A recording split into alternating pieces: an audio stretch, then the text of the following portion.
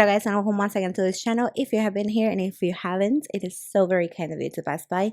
Today I'm going to be showing you what I did to set up my table for the fall. So last week I showed you the centerpiece, so today I'm showing you the actual plate settings. So if you want to see how I did this, then just keep on watching.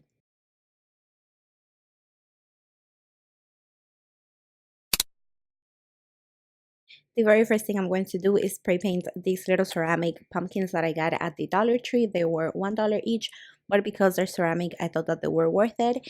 And please excuse my hair in this clip. I spray painted these very early in the morning. I think I had just gotten out of bed, so I'm a little bit of a mess right here. Please ignore that, but I am spray painting these white. You could do whatever color you wanted. If you have like a more glam setting, you could totally do this in like a gold color or even rose gold, and they would be so beautiful. But as I said in my last video, I wanted to keep my table setting very simple since the centerpiece was already super busy.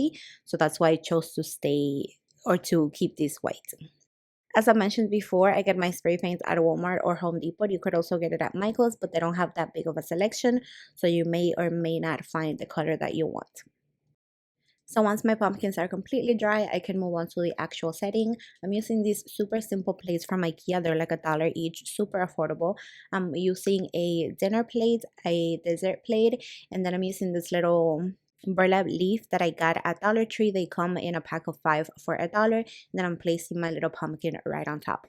And to finish off my setting, I'm just placing a wine glass and some utensils. Of course, on the day off, there will be more napkins, more utensils, and possibly more glasses. But for now, I just wanted to keep it super simple.